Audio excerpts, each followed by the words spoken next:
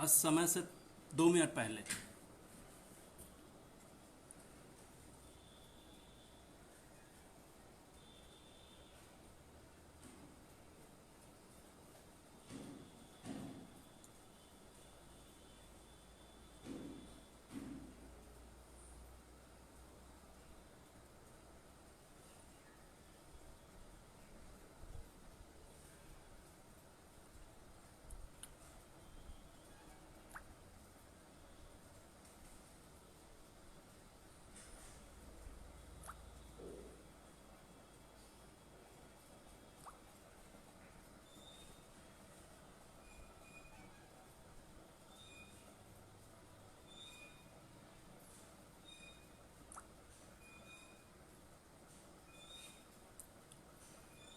नमस्कार।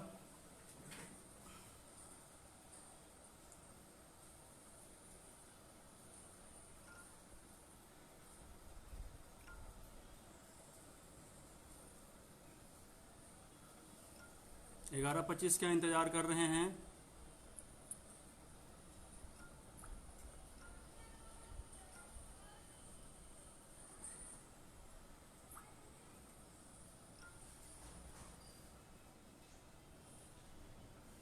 एक मिनट और बचा हुआ है।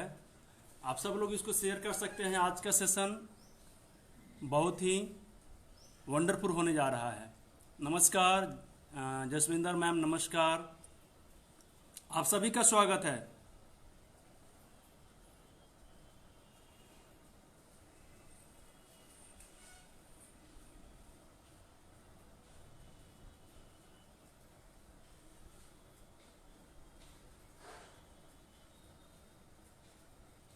आप सभी का स्वागत है, नमस्कार।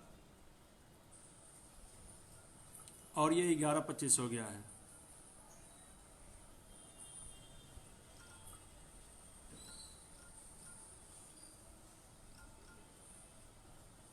एक मिनट और बचा हुआ है।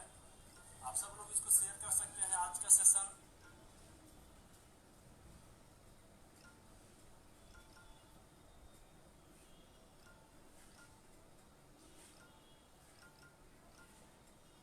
कैसे हैं आप लोग, बताइए। सब लोग तैयार हैं? नोट्स बनाने के लिए कॉपी जरूर रख लीजिए और एक कलम, क्योंकि आज का सेशन अब तक का सब सेशन से ऊपर के जाने वाला है। रिकॉर्ड बनाएगा आज का सेशन। जितने थेरेपिस्ट लोग हैं उन लोगों के लिए खास करके आज का जो सेशन है वो बहुत ही ज़्यादा लाभदायक होने वाला है। पिछले बार का सेशन मैंने नए लोगों के लिए रखा था, जो शुरुआती दौर की बीमारी होती है उसको कैसे हम लोग ठीक करेंगे। इस बार का सेशन थोड़ा सा अलग है। जो लोग नए हैं उन लोगों को थोड़ा सा समझने में असुविधा होगी, लेकिन जो लोग पुराने हैं या जो लोग लर्नर हैं, जो लोग सीख रहे हैं, जो प्रैक्टिस कर रहे हैं, उन लोगों के लिए आज का सेशन बहुत ही लाभदायी होने वाला है और बहुत ज़्यादा ये बेनिफिट देगा आप लोगों के लिए। थोड़ा सा मैं आप सभी लोगों का इंतज़ार कर ले रहा हूँ ताकि आप सब लोग दोबारा इस सेशन को मिस ना करें। लाइव सेशन का सबसे बड़ा बेनिफिट ये होता है कि अगर किसी भी तरह का कोई डाउट हो तो हमें मौका मिलता है कि उसे कंप्लीट किया जा सके, पूरा किया जा सके, उस डाउट को ख़त्म किया जा सके।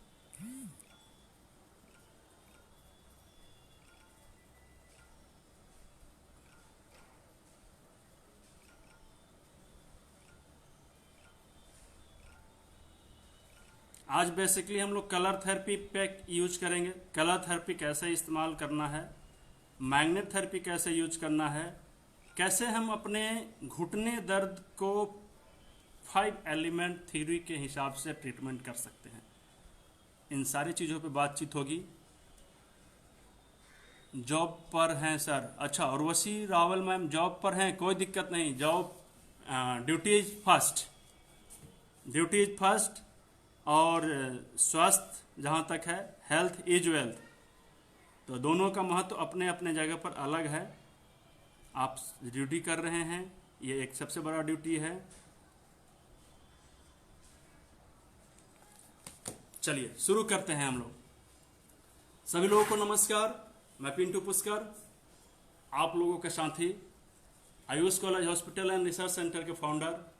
और आज हम लोग शेयर करने जा रहे हैं घुटने दर्द पर लाइव सेशन। ये लगातार सेशन थोड़ा सा लंबा होने जाएगा आज, फिर दोबारा। और इस सेशन के सबसे बड़ा जो महत्व है वो ये है कि इस सेशन में हम लोगों को कंप्लीट वर्कशॉप कंप्लीट करने में मौका मिलेगा पूरे तरीके से। वो इसलिए कि एक सेशन इसके बाद और है गुड न्यूज आप लोगों के लिए। ये दूसरा सेशन है घुटने ही दर्द पर, लेकिन एक और सेशन हमने रखा है इसके अगले सैटरडे के लिए। वो इससे थोड़ा सा और एडवांस होने जा रहा है, क्योंकि एक ही बार में हम लोग हर एक चीज़ को नहीं परोस के दे सकते हैं आपको, तो थोड़ा सा हमें समय चाहिए इसके लिए। और इसलिए मैंने एक के जगह पे, दो के जगह पे तीन, एक नहीं दो नहीं 3 लाइव सेशन सिर्फ घुटने के दर्द पर, क्योंकि आज के डेट में घुटना दर्द एक ऐसी दर्द बनकर निकला हुआ है जो हर एक घर में, हर एक परिवार में लोग इससे पीड़ित हैं। अब मैं एक चीज़ और जानना चाहूँगा आप लोगों से, क्या मेरी आवाज़ आप लोगों तक जा रही है, ताकि मैं इस चीज़ को आगे लेके चलूँ। अब 2-3 मिनट ज़्यादा हो चुका है, आप लोगों का इंतज़ार मैंने किया है, क्योंकि आप सभी लोगों को लिंक भी मैंने फॉरवर्ड कर दिया है। बहुत लोगों को नहीं ओपन हो पाता था ये लिंक। मुझे बताइए अगर आप लोगों के पास मेरी आवाज़ जा रही है तो यस लिखिए। और ग्रीन सिंह, वो रोग है उसका जड़ कहीं और है। हमारे पास जो मरीज आते हैं वो अपना रोग लेकर आते हैं, और हमारा जिम्मेवारी बनता है, हमारा कर्तव्य बनता है कि हम उनके रोगों का जड़ कहाँ है इसे समझें और उस जड़ का इलाज करें। मरीज बताएगा कि घुटने में प्रॉब्लम है, मरीज बताएगा कि पैर में प्रॉब्लम है, मरीज बताएगा कि आंखों में प्रॉब्लम है, मरीज बताएगा कि मेरे सांस लेने में तकलीफ है, लेकिन तकलीफ वहां पे नहीं, तकलीफ कहीं दूसरे जगह पे है। हमें ये डायग्नोसिस करना होता है, ये डायग्नोसिस करना पड़ेगा हमें, अगर हम चाहते हैं कि हम एक परफेक्ट थेरेपिस्ट बने, एक बेहतर चिकित्सक के रूप में मुझे लोग जाने, एक ऐसे चिकित्सक के रूप में मुझे प्रतिष्ठा मिले कि हम डायग्नोसिस अच्छे तरीका से करते हैं, हम इलाज अच्छे तरीका से करते हैं, हम रोग का इलाज नहीं करते हैं, रोग का जो जड़ है उसका इलाज करते हैं। तो फिर आज का ये सेशन में जितने भी चीज हम आप लोगों से शेयर करना चाह रहे हैं, ये सिर्फ घुटने ही दर्द पे नहीं, बाकी के भी हर एक रोगों के ऊपर इस तरह का डायग्नोसिस का प्रोटोकॉल आप लोगों को आना चाहिए, आना जरूरी है। तभी जाके हम एक सफल चिकित्सक के रूप में, सफल थेरेपिस्ट के रूप में लोगों के बीच हमारी पहचान बन पाएगी। पिछली बार में हम लोगों ने सिर्फ 2-3 चीज़ों को समझा था कि इसके जड़ क्या होते हैं, इस जड़ को हम लोग कैसे ठीक कर पाएंगे, और सबसे बड़ा चीज़ हम लोगों ने समझा था कि क्यों हम अपने चिकित्सा पद्धति को छोड़कर बाकी दूसरे जगह पे जब लोग जाते हैं तो वहाँ पे क्यों लोग ठीक नहीं हो पाते हैं, दिन प्रतिदिन उनकी बीमारी क्यों बढ़ते चली जाती है। मैं जिस समय से मेरी घुटनों में थोड़ा सा प्रॉब्लम शुरू हुआ था, उसी समय से डॉक्टर के पास जाकर इलाज कराना शुरू कर दिया हूँ, उसी समय से अच्छे जांच करा रहा हूँ, उसी समय से अच्छे दवाइयों का इस्तेमाल कर रहा हूँ। तो मेरी बीमारी पहले से छोटा होनी चाहिए, कम होना चाहिए, ख़त्म होना चाहिए, लेकिन ये ऐसा होता नहीं है, वो हमारा दिनों दिन बढ़ते चला जाता है। तो इसके बारे में भी मैंने बताया था कि बाहर की दुनिया में जॉइंट पेन का सिर्फ और सिर्फ पेन का इलाज होता है, पेन किस वजह से हो रहा है उसका नहीं। हमारे एक्यूप्रेशर चिकित्सा पद्धति में दोनों तरह से इलाज होते हैं। और बाकी जब चिकित्सा पद्धति की बात करते हैं प्राकृतिक चिकित्सा पद्धति में, तो हम डिटॉक्स थेरेपी पे भी बातचीत करते हैं। डिटॉक्स थेरेपी पे इसलिए बात करते हैं क्योंकि वही एक चिकित्सा पद्धति है जो हमारे अंदर के कारणों को, अंदर के जो जड़ हैं, जो हमारे टॉक्सिन्स बन रहे हैं, एक्सेस बन रहे हैं, जो हमारे हर एक जॉइंट में, मसल्स में, नर्व को कमजोर कर रहे हैं, उन्हें ठीक करने का और सबसे कम समय में ठीक करने का एकमात्र जरिया है डिटॉक्स योरसेल्फ। हम अपने आप को डिटॉक्स करें, हम अपने जोड़ों को डिटॉक्स करें, हम अपने आंतरिक अंगों की डिटॉक्स करें, हम अपने किडनी की डिटॉक्स करें, हम अपने हार्ट की आर्टरी को डिटॉक्स करें। इन सब तरह की डिटॉक्स की प्रक्रिया को जानना एक चिकित्सक के रूप में आपको बहुत जरूरी है। अगर आप एक सेल्फ ट्रीटमेंट करने वाले हैं, स्व चिकित्सक हैं, आप अपने घर परिवार का केवल जिम्मेवारी लेते हैं कि हम अपने घर परिवार को प्राकृतिक चिकित्सा से इलाज करेंगे, तो भी आपको डिटॉक्स थेरेपी के बारे में जानकारी होना बहुत ज़रूरी है। चलिए, पिछले बार में हमने इस चीज़ को बताया भी था हम। अब इस बार में, पिछले बार में मैंने मेथी का इस्तेमाल बताया था और एक फ्लो के हिसाब से 2 जगह मैग्नेट लगाने के लिए भी मैंने बताया था, स्टमक को सीडेट करने के लिए और किडनी को टोन करने के लिए। इसका रिजल्ट बहुत से लोगों ने देखा होगा, बहुत से लोगों ने मेथी का पट्टी लगाया होगा, बहुत से लोग एंकल पे भी मसाज किए होंगे, बहुत से लोग चैनल पे मसाज किए होंगे। इसका क्या प्रभाव है, यदि आप लोग अपनी प्रभाव को, अपनी जो प्रतिक्रिया है उस प्रतिक्रिया को, अपने अनुभव को शेयर करना चाहें तो चैट बॉक्स में इसे ज़रूर शेयर करें। यदि आपको ये फ़ायदा हुआ है तो दूसरे लोग भी आपको देखकर उसी ट्रीटमेंट को फॉलो करेंगे और निश्चित रूप से उनके परिवार को, उनके रिलेशन में, उनके फ्रेंड सर्किल में, उनके मरीज को इसका बेहतर फ़ायदा मिलेगा। आप चाहें तो इसी पोस्ट को दूसरे जगह शेयर कर सकते हैं ताकि इस घुटने दर्द के पार्ट 2 का जो आज का सेशन चल रहा है इसका लाभ सभी लोगों को मिलता रहे। ठीक है, अब हम लोग बातचीत करेंगे कि आखिर घुटने के दर्द जब हम इलाज करने जाते हैं तो कैसे इलाज करेंगे। बहुत से लोगों का घुटने का दर्द जो होता है, आज मैं आप लोगों से बातचीत करने के मूड में भी हूँ। क्या आप सभी लोग मुझसे बातचीत करने के लिए तैयार हैं? यस या नो मुझे बताइएगा, क्योंकि मैं आप लोगों को केवल बताने नहीं आया हूँ, मैं आप लोगों से शेयर करने आया हूँ कि अगर हमारे पास इस तरह की समस्या आती है और हम लोगों ने पिछले क्लासेज में या इससे पहले वाले क्लासेज में ये सब पढ़ा है तो इसका इलाज क्या होना चाहिए, या इस तरह की जो दिखाई देती है हमें लक्षण, वो लक्षण किस तरह के ऑर्गेन्स डिफिशियंसी या एक्सेस का साइन है। तो कितने लोग मेरे साथ इस तरह से बातचीत करने के लिए तैयार हैं? मैं आप सभी लोगों का कमेंट बॉक्स इस दूसरे मोबाइल में रीड करूंगा और कोशिश करूंगा कि आपके सारे सवालों का जवाब दूं, क्योंकि एक मोबाइल से नहीं हो पाता था तो आज मैंने 2 मोबाइल को लिया है और ये इसमें भी लाइव चल रहा है। इसमें बेनिफिट ये होगा कि मैं आपके कमेंट को नज़दीक से पढ़ पाऊंगा और उसका आंसर आप लोगों को दे पाऊंगा। तो सबसे बड़ा सवाल है कि हम लोग अगर डायग्नोसिस करते हैं, कभी कभी हम ये नहीं कर पाते हैं कि आखिर इनका जो प्रॉब्लम है, ये प्रॉब्लम का जड़ कहाँ है, और मैं हमेशा जड़ की बात करता हूँ। तो जड़ को समझने के लिए हम लोगों को 3-4 चीज़ों को समझना बहुत ज़रूरी होता है। एज ए थेरेपिस्ट, मैं या आप, अगर किसी चिकित्सक के रूप में हम या आप किसी मरीज का इलाज कर रहे हैं तो मुझे उनके बारे में क्या क्या चीज़ की जानकारी होना चाहिए या मुझे उनसे पूछने की ज़रूरत होती है, ये सब हमें समझना होगा। सबसे पहले क्या समझना होगा कि उनके सोने का तरीका क्या है, पोस्चर। हमें इनके सोने के तरीके से पता चलता है कि किस ऑर्गन्स में इनकी डिफिशियंसी हो सकती है, किस ऑर्गन्स में इनके एक्सेसनेस की वजह से इस तरह की समस्या का सामना इनको करना पड़ रहा है। अगर हम उनके पोस्चर को समझ जाते हैं, अगर उनके बैठने के तरीके को समझते हैं, उनके चलने के तरीके को समझते हैं, और लेटे रहते हैं, रात में सोते हैं तो उनके सोने का करवट किस तरफ होता है, तो इस तरह चीज़ों को अगर हम समझते हैं तो हम वहाँ से डायग्नोस कर पाते हैं कि अगर सीधे सो रहे हैं तो इनको किस ऑर्गन से संबंधित बीमारी होगा, और उसके हिसाब से भी अगर हम सिर्फ ट्रीटमेंट करेंगे तो फ़ायदा मिलेगा। मैं आप लोगों से शेयर कर रहा हूं कि किस किस तरीके से हम लोग डायग्नोसिस कर सकते हैं, ताकि आपको पता होगा तो आपके अंदर में एक नीड जगेगी, एक भूख जगेगी कि मुझे इसके बारे में भी जानकारी होनी चाहिए। अगर है तो बेस्ट है, नहीं है तो बेस्ट बनाना पड़ेगा आपको। दूसरी चीज़ है कि बहुत से मरीजों का टेस्ट अलग अलग होता है। किसी को खट्टा पसंद पड़ता है, किसी को मीठा पसंद पड़ता है, किसी को नमकीन, किसी को कड़वा, किसी को बिल्कुल दूसरे ढंग का टेस्ट मिला, मिक्स्ड। तो इस टेस्ट के हिसाब से भी हम ट्रीटमेंट कर पाते हैं, और इन टेस्ट के हिसाब से ट्रीटमेंट कैसे करते हैं उसके बारे में भी हम लोग आज समझेंगे।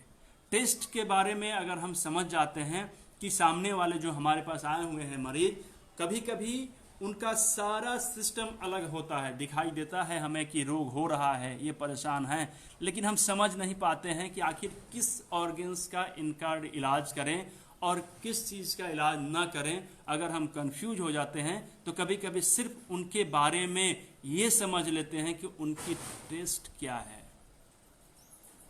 उनका स्वाद कौन सा है, और अगर हम उनके स्वाद के बारे में समझ आते हैं तो हम स्वाद के हिसाब से उनका ट्रीटमेंट कर देते हैं, और स्वाद के हिसाब से जब हम उनका ट्रीटमेंट करते हैं तो उनको लाभ मिल जाता है। अभी हम थोड़ी देर पहले कंफ्यूज थे, इसलिए कंफ्यूज थे कि हम डायग्नोसिस नहीं कर पा रहे थे, हम बहुत कंफ्यूज हो जा रहे थे कि ये सारे सिस्टम तो इस ऑर्गन्स में भी आते हैं, ये सारे साइन तो इस ऑर्गन्स में भी आते हैं, इस तरह से। तो हम टेस्ट पे अगर हम डायग्नोसिस करेंगे, टेस्ट के बारे में समझने की कोशिश करेंगे और टेस्ट उनका स्वाद उनका समझ लेते हैं कि किस स्वाद को वो पसंद करते हैं, तो स्वाद के बारे में जानते ही हमें पता चल जाएगा कि अगर इनका टेस्ट ये है तो इनको ये डिफिशियंसी होगी, इनको ये एक्सेस होगा, और इसके हिसाब से हम क्या करेंगे, कलर थेरेपी यूज करना चाहेंगे तो कलर थेरेपी से इलाज करेंगे, मैग्नेट लगाना चाहेंगे तो मैग्नेट लगा सकते हैं। जिस तरह से मैग्नेट में दो पोल होते हैं, एक साउथ और एक नॉर्थ, एक टोन करता है एक सीडेट करता है, उसी तरह से कलर थेरेपी भी हमारा बहुत आसान होता है। दो कलर लगाना होता है, एक टोन करने के लिए एक सीडेट करने के लिए। कंफ्यूजन दिमाग में नहीं होना चाहिए, इसलिए क्योंकि बहुत ही आसान तरीका का ये ट्रीटमेंट है। ये ट्रीटमेंट को हमेशा सरल कहा गया है और प्रभावकारी कहा गया, प्रभावशाली कहा गया। क्यों? क्योंकि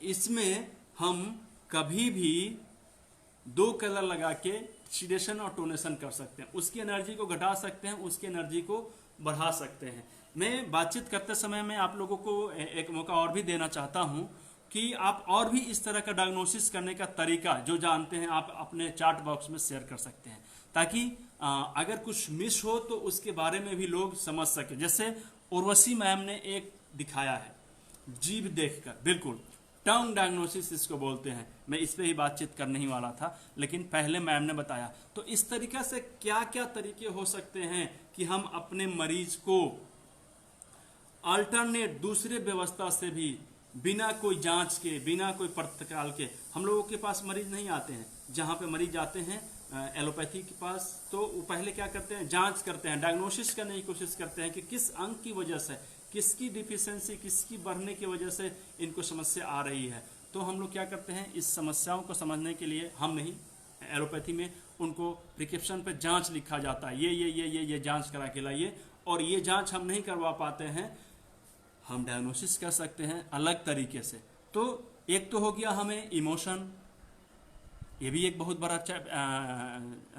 सब्जेक्ट है कि इमोशन, पेशेंट का इमोशन कैसा है, ज़्यादा गुस्सा होने वाला है, चिड़चिड़ापन हो रहा है, शांत स्वभाव का है, खुशी का है माहौल उसके घर, उसके अंदर में सैडनेस है, इन सारे तरह का जो इमोशन होते हैं, उस इमोशन में से कोई एक इमोशन ही उसको सूट करता होगा। हर एक व्यक्ति का ये सारा सूट नहीं करेगा। अगर मैं खुश हूं तो खुश ही रहूंगा, ऐसा नहीं कि मैं खुश भी हूं और रोने भी लगूंगा, ऐसा कभी नहीं होगा। ऐसा नहीं होगा कि मैं खुश हूं और मैं बैठ कर उदासी वाला बात करने लगूं। अगर मैं पॉजिटिव हूं तो पॉजिटिव ही रहूंगा, ऐसा नहीं है कि मैं नेगेटिव हो जाऊंगा। अगर मैं नेगेटिव हूं तो ऐसा भी नहीं है कि मैं बहुत जोर जोर से हंसने लगूंगा। यानी एक बार में एक व्यक्ति एक ही इमोशन को शो कर सकता है, और जो जिस इमोशन को वो शो कर रहा है वो इमोशन उसके किसी न किसी ऑर्गन्स को शो कर रहा है एक्सेस या डिफिशियंसी, या तो उसके अंदर में ये बढ़ा होगा या तो उसके अंदर में ये घटा होगा। तो कुछ लोगों ने बताया जीभ देखकर, कुछ लोगों ने बताया फेस देखकर, कुछ लोगों ने बताया कि नेल देखकर, जी ये नाखून। तो ये सारे तरीके बहुत ही परफेक्ट हैं, और इसके जांच से हम लोगों को ये पता चलता है कि इनका डायग्नोसिस का तरीका कैसा होना चाहिए, किस तरह से हमें इनका डायग्नोसिस करना चाहिए, और डायग्नोसिस करने के बाद में ऑर्गन्स के बारे में हमें पता चल जाता है कि किस ऑर्गन्स में इनकी समस्या आ रही है। और हम कभी कभी घुटनों का इलाज ना करके इस डायग्नोसिस के हिसाब से उसके डिफिशियंसी और उसके एक्सेस का ट्रीटमेंट करते हैं और मरीज को आराम मिलता है। उसके बाद में टेस्ट हो गया, सोने का तरीका हो गया, इमोशन हो गया, इन सब चीज के बारे में हम लोगों को जानना बहुत जरूरी होता है। दबाव देकर, हाँ दबाव देकर भी दे सकते हैं। ये सबसे पहला जांच करने का तरीका होता है। आवाज से भी हम लोग समझ सकते हैं, आरिफ जी ने बताया है कि आवाज से भी। तो ये सब तरीके के बारे में हमें समझना होगा। उसके बाद में हमारे शरीर में चक्र होते हैं, चक्र के बारे में भी बहुत से लोग जानते होंगे। तो इन चक्र के बारे में भी हम लोग समझ के ट्रीटमेंट का प्रोटोकॉल तैयार कर सकते हैं, यह समझ सकते हैं कि इनके शरीर में कौन सा चक्र एक्टिव है और कौन सा चक्र डीएक्टिव है। डीएक्टिव है तो उसको एक्टिव करके भी हम उसका इलाज कर सकते हैं। एक्सप्रेशन, ये सारा चीज आता है इमोशन वगैरह में ही। निर्मल मलिक मैम, ठीक है। अब हम लोग इसके थोड़ा सा एक स्टेप आगे बढ़ते हैं कि जब हम जान लेते हैं कि इनका इमोशन जान लेते हैं, उनका कलर भी जान के अभी हम कर सकते हैं ट्रीटमेंट उनका। अगर मैं अभी बात करूं, मैं आप लोगों से पूछना चाहता हूं, जितने लोग भी अभी लाइव हैं, मुझे बताइए कि अगर मैं आपसे पूछूं कि आपका फेवरेट कलर क्या है, ये डायग्नोसिस कर रहे हैं, मैं आपका डायग्नोसिस कर रहा हूं, आप मुझे ये नहीं बता रहे हैं कि आपका रोग क्या है, मरीज भी नहीं बताता है कि रोग क्या है, हमें खुद से ही अपने डायग्नोसिस पावर के हिसाब से डायग्नोसिस करके उनका ट्रीटमेंट प्रोटोकॉल तैयार करना होता है। तो मैं, अगर आप आते हैं मेरे पास, तो मैं आपसे पूछता हूं कि आपका जो फेवरेट कलर है वो क्या है, या अभी का फेवरेट कलर कौन सा कलर है। अगर मैं आपको कहूं कि एक कलर मुझे बताइए जो आपको पसंद है, तो आप मुझे बताइए कि आपका कौन सा कलर है। देखिए, नीना अरोरा ने मुझे बता दिया व्हाइट कलर। अब व्हाइट कलर 5 एलिमेंट के हिसाब से, मैं उदाहरण ही अब देख के बता रहा हूं, पसंद या नापसंद। पसंद की बात कर रहा हूं, पसंद जिनका भी हो बताइए, लेकिन मैं सब लोगों का मैं रीड करूंगा, सब लोगों को बताऊंगा कि आपकी किस ऑर्गन से डिफिशियंसी हो रही है, किस ऑर्गन से आपको प्रॉब्लम आ रहा है। और इसीलिए आज मैंने बताया था कि आज का जो ये क्लास है बहुत ही अट्रैक्टिव होने वाला है, बहुत ही रोमांच पैदा करने वाला क्लास होगा। सपनों से भी होगा। मैं बातचीत कर रहा हूं, ऑरेंज कलर किसी ने बताया है, किसी ने ब्लू कलर बताया है, किसी ने व्हाइट कलर बताया है। अब मैं आप लोगों से सेकंड क्वेश्चन, मैं आप लोगों को इसलिए क्वेश्चन करूंगा क्योंकि आपके अंदर में सब कुछ भरा हुआ है बजरंग बली की तरह, अब उसको केवल बाहर निकालना है, ठीक है। तो मैं आप लोगों से यह पूछना चाहूंगा कि व्हाइट कलर हम लोगों ने पिछले क्लास में पढ़ा था, तो ये व्हाइट कलर किस ऑर्गन्स को बताता है, या फिर सॉरी किस एलिमेंट का व्हाइट कलर है, मुझे बताइए।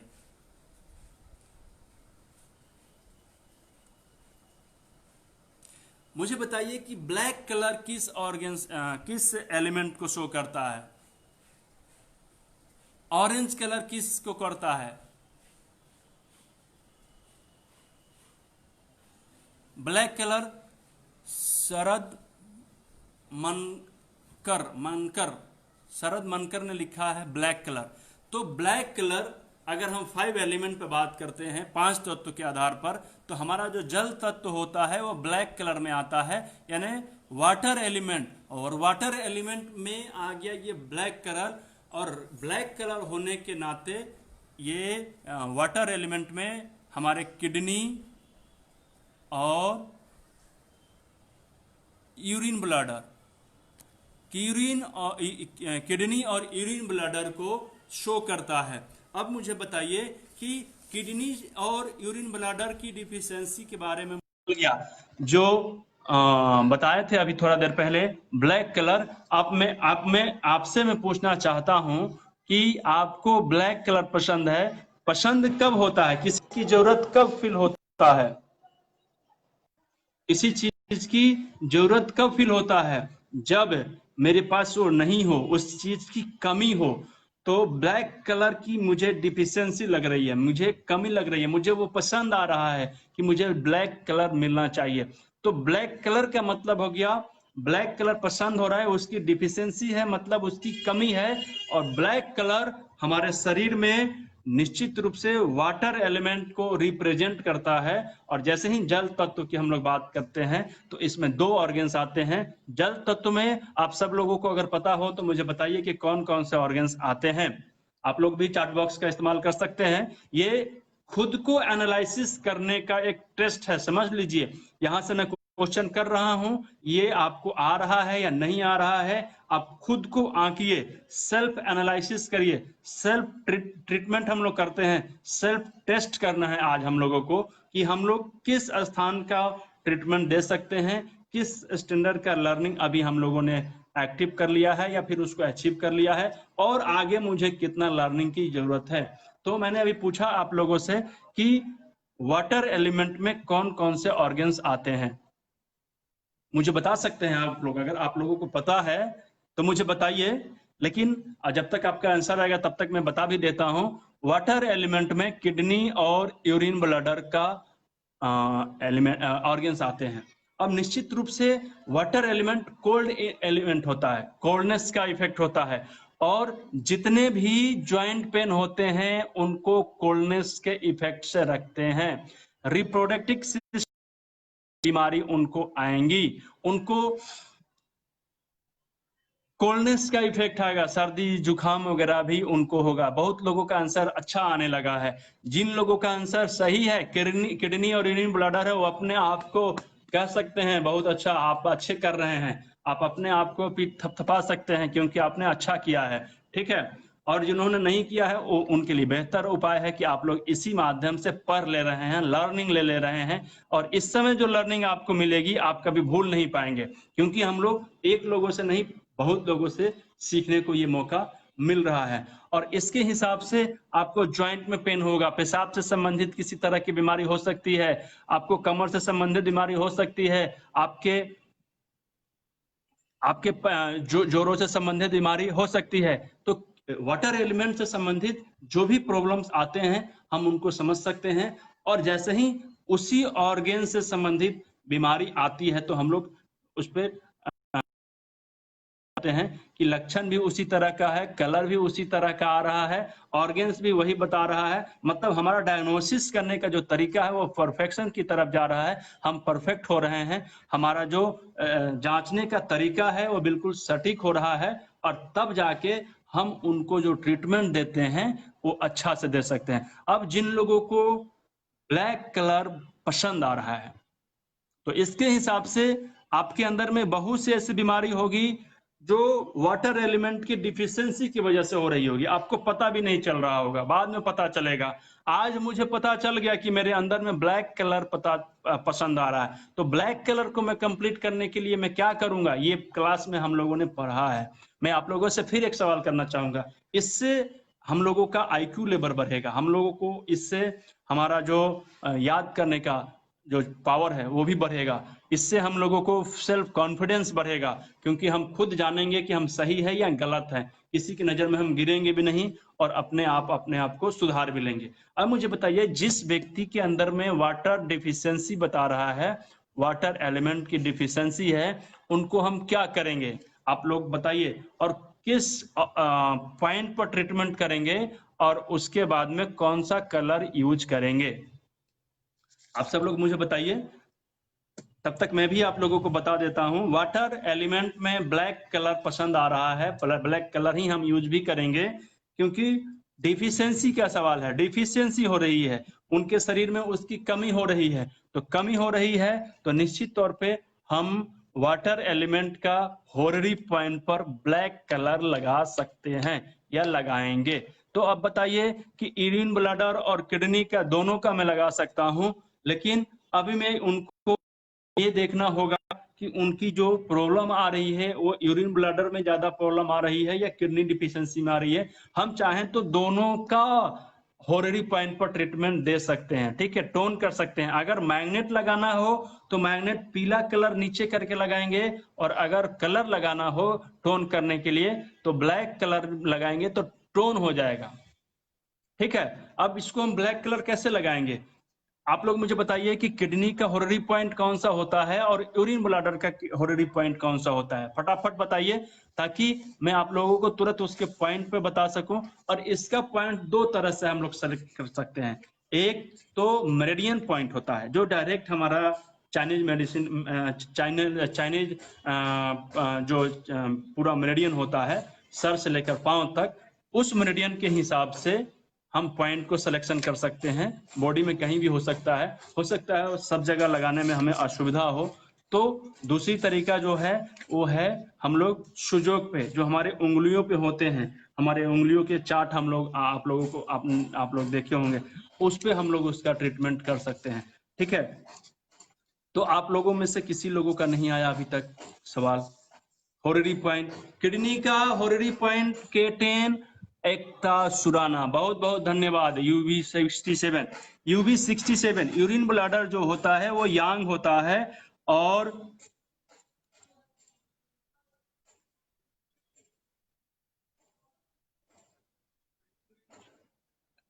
निर्मल मलिक किडनी पॉइंट पर प्रेशर कलर, ब्लैक कलर लगा सकते हैं, प्रेशर भी दे सकते हैं, हम राजमा भी लगा सकते हैं क्योंकि राजमा भी हमारे वाटर एलिमेंट को टोन कर सकता है, उसकी डिफिशियंसी को कम कर सकता है। और K10, जब K10 की बात आती है तो ये ब्लैक कलर लगाकर मैं K10 पर यूज कर सकता हूं और मैं आप लोगों को लगा के भी दिखाऊंगा। और जिनको ब्लैक कलर पसंद है आप वहां पे ये K10 लगा सकते हैं और इससे बेनिफिट ये होगा कि आपके अंदर की जो डिफिशियंसी है जिसके वजह से आपको परेशानी दिनों दिन बढ़ रही होगी या बढ़ना शुरू हो गया होगा, जिसके बारे में आपको न पता भी नहीं होगा, उसका इलाज ऑटोमेटिक हो जाएगा। ये देखिए मैंने K10 लगाया है, इस तरीका से जब मैं करूंगा तो ये K10 हो जाएगा। सेकेंड ज्वाइंट पे ये आता है और अब हम लोग UB66 पे लगाएंगे। आप लोग चाहें तो पिक्चर भी सेंड कर सकते हैं, आप पिक्चर सेंड कर सकते हैं बहुत आसान तरीके से, इसमें कोई दिक्कत नहीं है। आप भी अपने यहाँ प्रैक्टिकल कर सकते हैं, हम लोग सेल्फ प्रैक्टिकल जो हम लोग यहाँ पे अपने यहाँ पर उंगलियों पर पॉइंट लगाएंगे, उसका फोटो खींचेंगे, ग्रुप में भेज देंगे। ग्रुप में जो लोग नए हैं, जिन लोगों को नहीं मालूम है कि ये पॉइंट कहाँ होता है, उन लोगों को मदद मिल जाएगा कि यहाँ पर पॉइंट होता है। जिन लोगों का सही होगा उन्हें मैं सही कर दूंगा, जिन लोगों का गलत होगा उनको मैं उस जगह पे दूसरा पॉइंट भी हो सके तो मैं शेयर कर दूंगा, ठीक है। हेटल की बैक साइड पर किडनी पॉइंट, हाँ हथेली के बैक साइड पे, यहाँ पे बिल्कुल सही। ये हम लोग बेसिक ट्रेनिंग में बहुत बढ़िया से बताते हैं कि इस 2 राजमा को लगाने से किस तरह का इसका बेनिफिट मिलता है और इसको निश्चित रूप से बहुत ज्यादा इसका असर होता है। अब हम लोग यूरिन ब्लैडर के 66 नंबर के पॉइंट की जब बात करेंगे तो 67 लास्ट पॉइंट होता है, उसके एक पहले यहाँ से ऊपर पहले ये वाला पॉइंट हो गया 67 और मैं इसको अगर ऐसे लगा लूं तो ये हमारे ब्लैक कलर से इसका ट्रीटमेंट हमारा हो सकता है 66 पॉइंट, ठीक है। और ये K10, ये 2 पॉइंट होता है वाटर एलिमेंट में, 2 पॉइंट को लगाकर हम वाटर की डिफिशियंसी को कम कर सकते हैं। तो इस तरह का ये हमारा जो तरीका है डायग्नोसिस करने का है, अगर हम डायग्नोसिस करके ट्रीटमेंट करते हैं तो निश्चित तौर पे इसके वजह से हो सकता है उनको ज्वाइंट में भी पेन हो रहा होगा, इसके वजह से हो सकता है उनके बाल झड़ रहे होंगे, इसके वजह से हो सकता है कि उनको ठीक से नींद भी नहीं आ रही होगी, इसके वजह से हो सकता है कि पूरे स्पाइन में उनको अकरन जैसा हो रहा होगा, इसके जगह से इसकी कमी की वजह से हो सकता होगा उनको मुंह सूख रहा होगा। तो ये सब इसके लक्षण हैं। तो इन सब तरीके के अगर साइन आपको दिखाई दे रहे होंगे तो हम इस साइन को हो सकता है कि इजी वे में नहीं पकड़ पाए, लेकिन जैसे ही कलर को पकड़ेंगे ना एक चीज को, तो कलर को पकड़ते ही हम लोग इन सारी चीजों को एक साथ ठीक कर सकते हैं। इन सारे चीजों के इतना लक्षण अगर मेरे पास आए तो अलग अलग ऑर्गेन्स को समझकर हम कभी कभी कंफ्यूज हो सकते हैं, लेकिन कलर को समझ के कभी भी कंफ्यूज नहीं हो सकते हैं। तो इस तरह की क्लासेज में भी हम लोगों को बताया जाता है, हम लोग बताते हैं और आगे भी हम लोग इसके ऊपर चर्चा करेंगे। सवाल आज है हम लोगों का डायग्नोसिस कैसे करेंगे, अगर घुटनों में प्रॉब्लम हो रहा है तो कैसे हम लोग समझेंगे कि घुटनों में किस तरह से ट्रीटमेंट करना है। अब मैं बात करता हूं मैग्नेट ट्रीटमेंट, मैग्नेट पे ट्रीटमेंट करने के लिए, ठीक है। मैग्नेट से ट्रीटमेंट होता है, ट्रीटमेंट करने का तरीका क्या क्या हो सकता है, डायग्नोसिस करने का तरीका अलग अलग हो सकता है। जब डायग्नोसिस कर लेते हैं तो फिर हम क्या करेंगे, ट्रीटमेंट करेंगे। तो ट्रीटमेंट कैसे करेंगे, या तो मैग्नेट लगा के ट्रीटमेंट करेंगे, या तो कलर लगा के ट्रीटमेंट करेंगे, या तो दाना लगा के करेंगे। ये 3 चीज से आराम से कर सकते हैं। तो एक तो मैंने बताया आपको कलर कैसे लगाना है, इस तरह का कलर, ये बहुत ही नॉर्मल तरीके का स्केच पेन होता है, इसको हम लेकर आएंगे और इससे कलर लगाकर इलाज कर सकते हैं, वेरी इजी। उसके बाद में अगर और उसको करना चाहें तो हम इसी जगह पर कुछ दाना लगा सकते हैं, सीड्स, जैसे मूंग हो गया, मटर हो गया, इस तरह का, मेथी हो गया, राई हो गया, जो थोड़ा सा हार्ड हो और थोड़ा सा बड़ा हो ताकि उस पॉइंट पे चिपक के आराम से प्रेशर दे सके। उसके बाद हम लोग मैग्नेट लगा सकते हैं।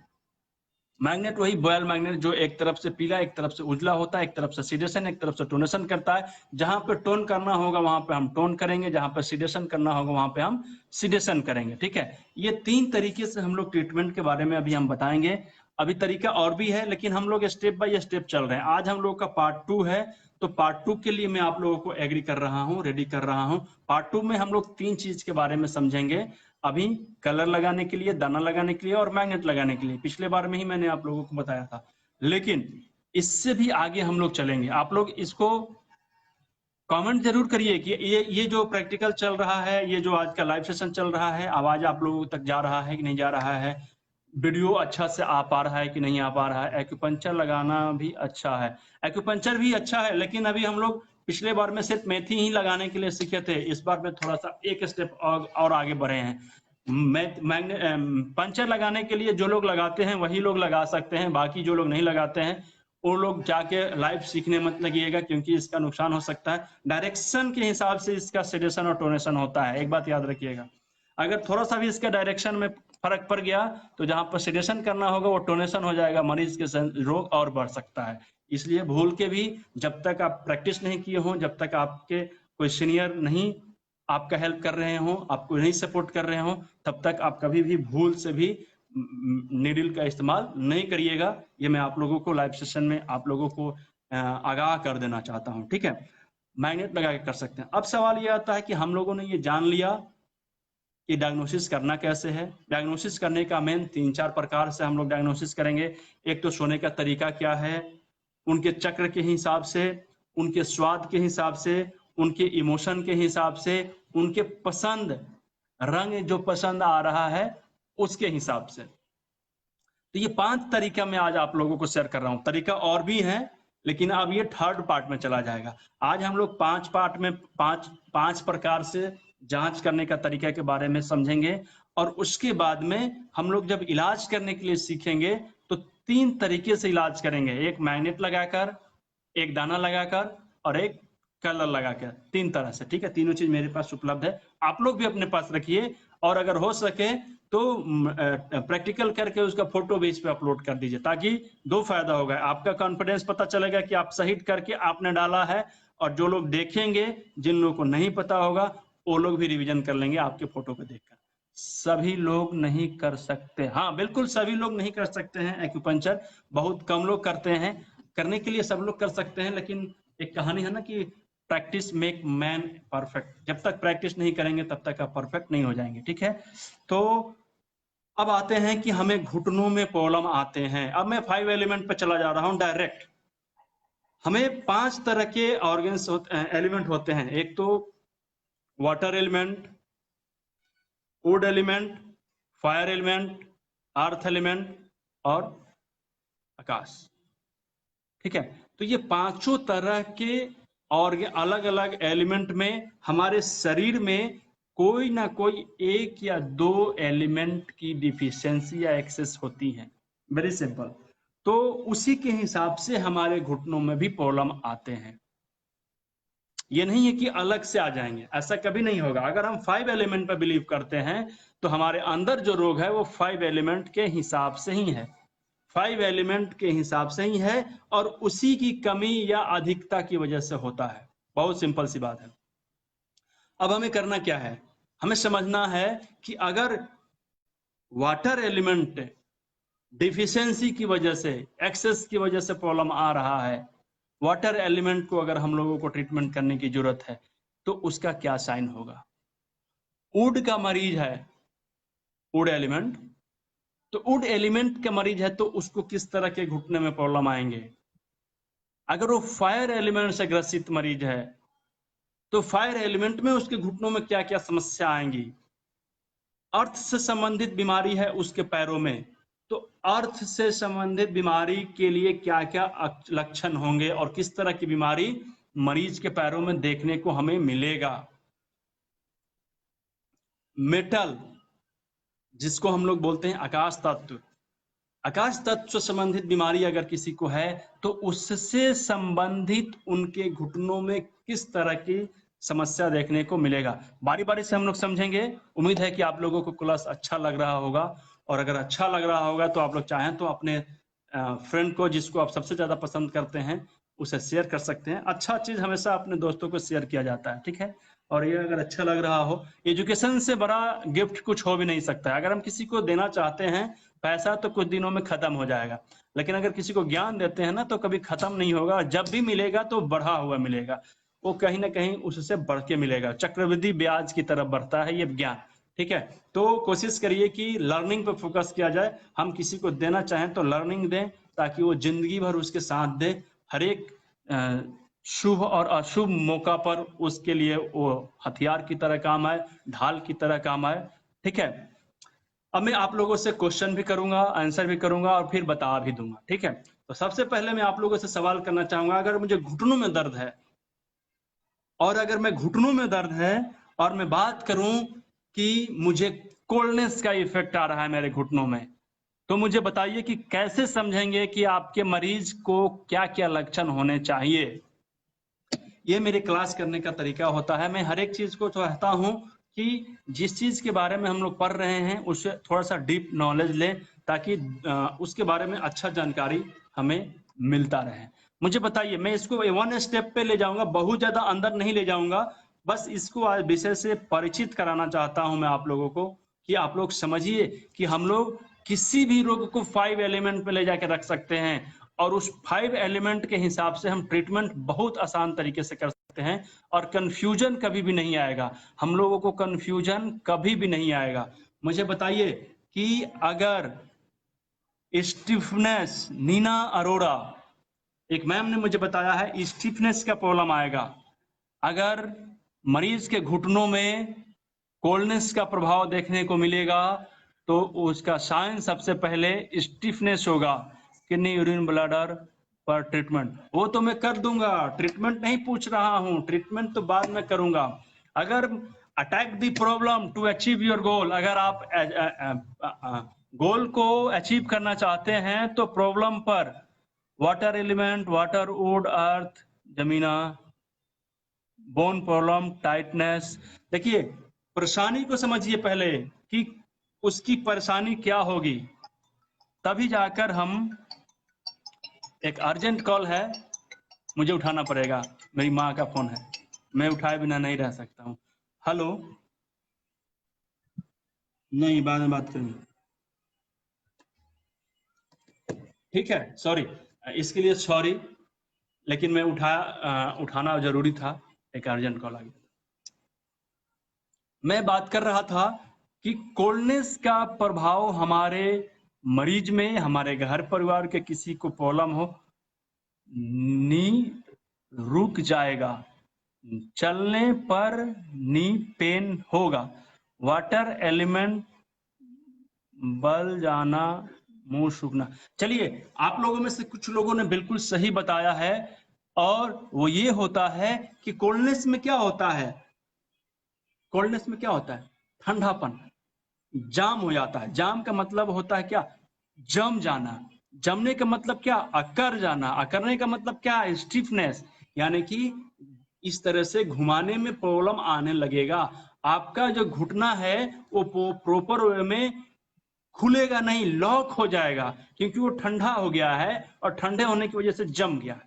आपका घुटना जम गया, लो ये ऐसे पकड़ लिया है, अकर गया है, ज्यादा सोने का, swelling in knee, swelling in knee, feet में दर्द, पुलिंग, ये सब कुछ आएंगे। ये सब कुछ तो प्रॉब्लम है, लेकिन कोल्डनेस का जो सबसे बड़ा रूप होता है वो ये होता है कि आपका घुटना अकर गया है, स्टिफनेस आ गया है, लॉक हो गया है, अकरन आ गया है, इसमें खोलने में और सीधा करने में दिक्कत हो रहा है। तो जिस भी मरीज को इस तरह की समस्या है, आप लोग नोट कीजिए, आपका पॉइंट में बताने जा रहा हूं। आज के नी पेन के वर्कशॉप का सेकेंड पार्ट, आज कट कट की आवाज, कट कट की आवाज अलग चीज से आती है गीता मैम। ये स्टिफनेस का मतलब हो गया लॉक हो गया। जब एक बार हम सीधा कर लिए ना ऐसे, तो उसे खोलने में बड़ी दिक्कत आएगी, लॉक हो गया है, कोल्डनेस का प्रभाव हो गया है। जैसे पानी को ठंडा करते हैं तो वो जम जाता है, सेम उसी तरह से ये जम गया, यूं जैसे था वैसा हो गया। सीधा कर लिए तो सीधा हो गया, बड़ी कष्ट हुआ, अब इसको मोड़ नहीं पा रहे हैं। आह आह आह, देखते हैं हम लोग करते हैं, मैं उसकी फीलिंग को नहीं एहसास कर पाऊंगा और ना ही मैं उसका एक्टिंग कर पाऊंगा। इन एंगो में प्रॉब्लम है, ठीक है। तो जैसे ही हमें मालूम चल गया कि मरीज को घुटने में कोल्डनेस का इफेक्ट है, खोलने में और मोड़ने में ज्यादातर दिक्कत आ रही है, तो मैं कोल्डनेस का इफेक्ट का ट्रीटमेंट करूंगा। कोल्डनेस डिफिशियंसी की वजह से वो ठंडापन बढ़ गया है। अब मुझे बताइए कि अगर मैं कलर थेरेपी के हिसाब से करूंगा तो ठंडा बढ़ा हुआ है, वाटर का मात्रा जो है वो डिफिशियंसी में चला गया है, वाटर डिफिशियंसी हो गया है, मैं कौन सा ट्रीटमेंट करूंगा? मुझे बताइए, वाटर डिफिशियंसी हो गया है, मैं कौन सा ट्रीटमेंट करूंगा और कैसा ट्रीटमेंट करूंगा? मुझे जल्दी से बताइए। अगर मैं कलर थेरेपी के हिसाब से ट्रीटमेंट करने जाऊंगा तो कलर थेरेपी में किस पॉइंट में कौन सा पॉइंट लगाऊंगा? पहले नंबर में मुझे बताइए कि किडनी के कौन से पॉइंट को मैं चूज कर सकता हूं अगर मेरे घुटने में अकड़न आ गया है, अगर वो जकड़ने लगा है। आज का क्लास थोड़ा सा लंबा होगा, आप लोगों को पेशेंस रखना होगा, क्योंकि आज मैंने तैयारी बहुत अच्छा से किया है सेकेंड पार्ट के लिए, और उससे भी ज्यादा अच्छा से तैयारी मैंने किया है पार्ट थर्ड के लिए, ठीक है। थोड़ा सा सबसे पहले कोल्डनेस को क्या करूंगा, घटाऊंगा या बढ़ाऊंगा? घटाऊंगा, सिडेट करूंगा, क्योंकि पहले से ही ठंडा बढ़ा हुआ है, ठंडा ज्यादा हो गया है, उसको मैं कम करूंगा। तो वाटर को क्या करूंगा, बढ़ाऊंगा, टोन करूंगा या सिडेट करूंगा? मुझे बताइए। Higher red sedate. तो किस पॉइंट पे करूंगा? अगर मैं किडनी पे करना चाहूं तो किस पे करूंगा? पॉइंट मुझे मेरे पास अभी तक नहीं आया है।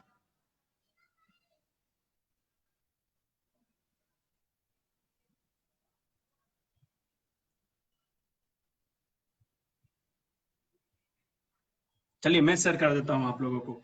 किडनी में अगर ठंडापन आ गया है तो मैं उससे पहले किडनी की ठंडापन को कम करूंगा, सीडेट करूंगा, और सीडेट करने के लिए मैं पीला कलर लगा सकता हूं, क्योंकि मैंने बताया था कि अर्थ ही उसको कंट्रोल कर सकता है, ठीक है। पानी का मात्रा बढ़ गया है तो उसको मैं घटाऊंगा, ठंडापन के कम करूंगा। तो K10 को मैं क्या करूंगा, पीला कलर लगा सकता हूं या नहीं? यहाँ पे अब मैं पीला कलर लगाऊंगा। जिनको घुटनों में अकड़न आ रही है, लगाऊंगा या नहीं लगाऊंगा? मुझे बताइए, यस या नो? पीला कलर लगा दूंगा ना? ओके, पीला कलर लगा दूंगा। और उसके बाद में मुझे उसके हीट को थोड़ा सा बढ़ाना होगा। मैं क्या करूंगा, किडनी के हीट वाले पॉइंट को, हीट का पॉइंट कौन सा होता है मुझे बताइए? किडनी के हीट पॉइंट कौन सा होता है मुझे बताइए? किडनी का हीट पॉइंट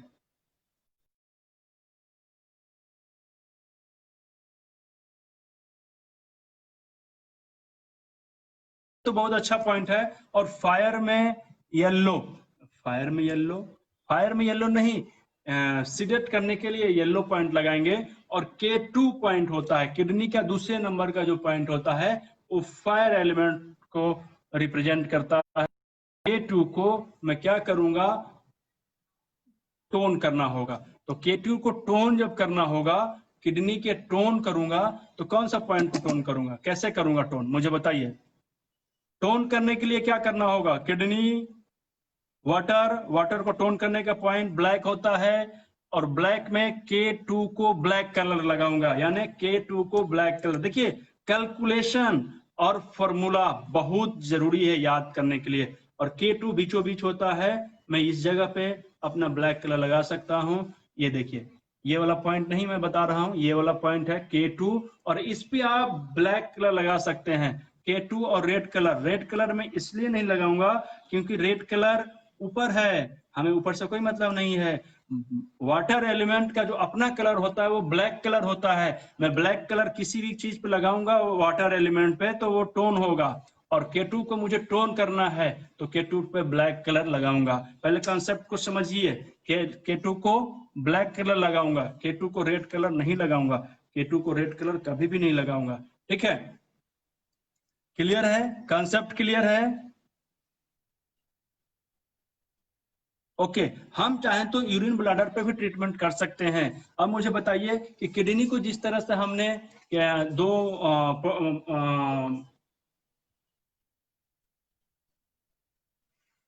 ठीक है, जिस तरह से किडनी को हमने वाटर को सीडेट किया है और फायर को टोन किया है, तो उसी तरह से हम यूरिन ब्लैडर के भी सीडेशन टोनेशन कर सकते हैं, 2 पॉइंट को, फायर को और वाटर को। अब मुझे बताइए कि यूरिन ब्लैडर का, अभी तो मैंने बताया था, एक किसी ने बताया था 67, वाटर पॉइंट होता है 67 और फायर पॉइंट क्या होगा? वाटर पॉइंट अभी किसी ने बता दिया था, अभी थोड़ा देर पहले हम लोगों ने यहाँ पे लगाया भी है। तो ये 67 है, इसको मैंने लगा दिया, पीला कलर लगाऊंगा मैं इसे, क्योंकि वाटर एलिमेंट है, इसको घटाना है, तो मैं इसको पीला कलर लगाऊंगा।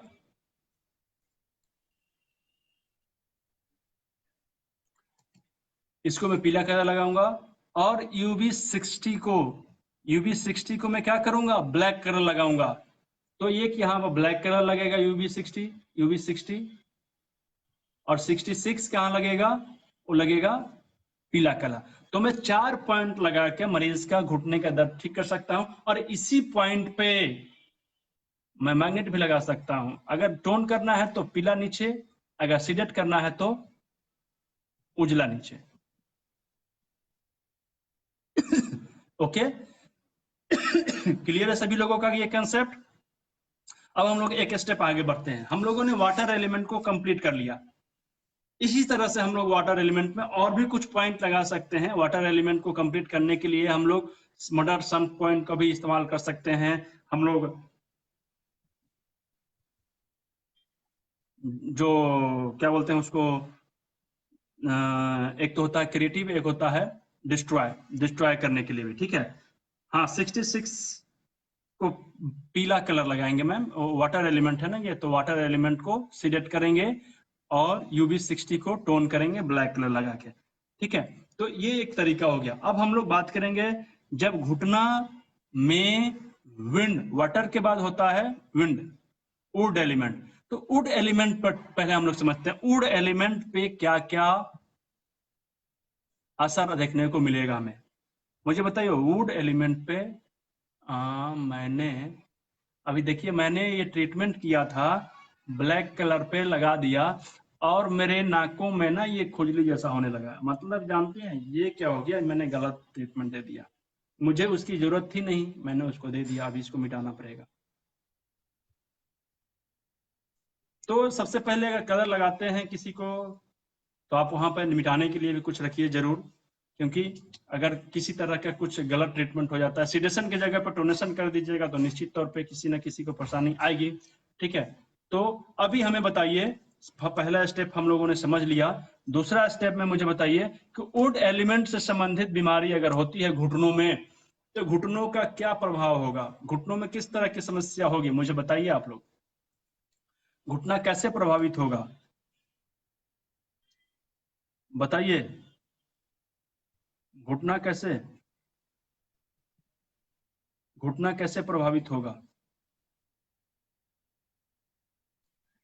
कल रात की अलावा आएगी, कट कट की आवाज आएगी। अच्छा, कट कट की आवाज आएगी, चलिए। और भी कुछ लोग बताइए, मैं शेयर करूंगा। थोड़ा सा मैं आप लोगों को समय दे रहा हूं, क्योंकि आप लोग, जलन होगी नहीं, जलन नहीं होगी। मुझे बताइए, उड का मतलब क्या होता है? हवा। और हवा का मतलब क्या होता है? घूमते रहना। और घूमते रहने का मतलब क्या होता है? कभी इधर, कभी उधर, कभी उधर, कभी उधर, कभी उधर, कभी उधर, कभी उधर। आप लोग समझ पा रहे हैं मैं किसे इशारा कर रहा हूं? मुझे बताइए कि क्या होगा अगर ऊंट से संबंधित बीमारी होती है मरीज के घुटनों में, तो क्या समस्या आएगी? हवा की तरह मूव करेगा, कभी इधर, कभी उधर, कभी उधर, कभी उधर, कभी उधर। मुझे बताइए, मैं आप लोगों को देख रहा हूं, मैं इस मोबाइल में भी देख रहा हूं आप लोगों का कमेंट, कि किसी का कुछ छूटा तो नहीं है ना। पेन साउंड होगा? कुछ बिल्कुल साउंड नहीं होगा, बिल्कुल पेन, पेन तो हो सकता है, पेन में कोई भी दिक्कत नहीं है, लेकिन होगा क्यों, मुझे ये बताइए, इसका वजह क्या है?